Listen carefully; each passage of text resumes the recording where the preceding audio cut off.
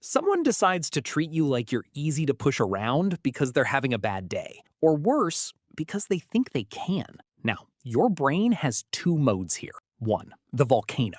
You scream back, lose your cool, and end up looking like the crazy one. Two, the ghost.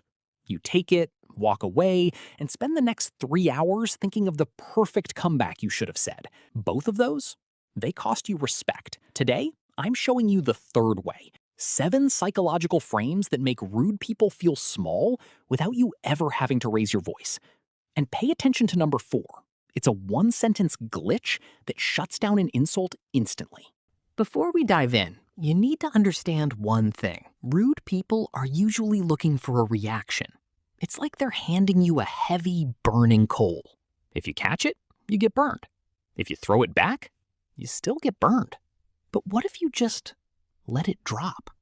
When you react with anger, you're telling the other person that they have the power to control your emotions.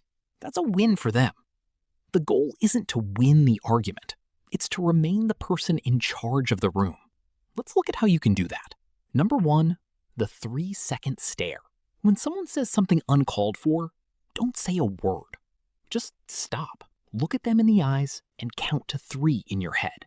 This is a massive pattern interrupt. Most people expect you to get defensive or apologize.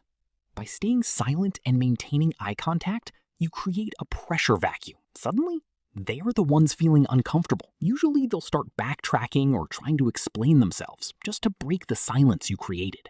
Number 2, the help me understand frame. If someone says something veiled or passive-aggressive, use this phrase. Can you help me understand what you mean by that? Keep your voice calm. No sarcasm allowed. By asking this, you're forcing them to explain their logic. It's very hard to explain a rude comment without sounding, well, rude. You're putting the spotlight back on their behavior, and most of the time, they'll realize they've overstepped and pull back. Number 3, the emotional detachment pivot. In social psychology, facing someone directly is a confrontation stance. If you want to show someone their words aren't affecting you, pivot your body slightly away. Think of it like this. If you're fully facing them, you're fully engaged in their drama. If you turn slightly, you're signaling that you have more important things to focus on. It's a subtle way of saying, I hear you, but this isn't worth my full attention. Number 4, the glitch, the one-sentence shutdown. When someone insults you or tries to make you feel small, look at them with genuine concern and ask, are you okay? You seem like you're having a really hard day. This is the ultimate third way. You aren't attacking them, and you aren't weak. You're treating their rudeness as a symptom of their problem, not yours. It's almost impossible for someone to keep being mean to you when you've just offered them pity. It completely flips the power dynamic, the boundary reset. Sometimes people don't realize they've crossed a line. You don't need to be aggressive, but you do need to be clear. Try saying, I'm happy to talk about this, but I can't do it while you're using that tone. Let's try again later. Then, and this is the important part, you walk away. You've set the terms for how you're willing to be treated. That is how you keep your respect.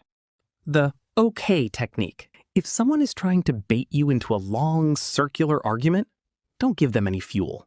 If they say, you always do this wrong, just respond with a calm, okay. Don't explain, don't defend, just okay. By not fighting back, you've given them nowhere to go.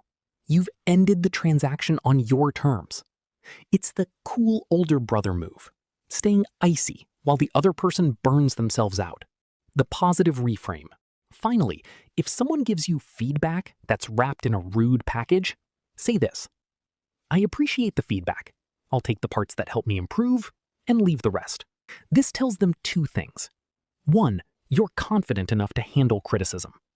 2, you are the one who decides what sticks to you.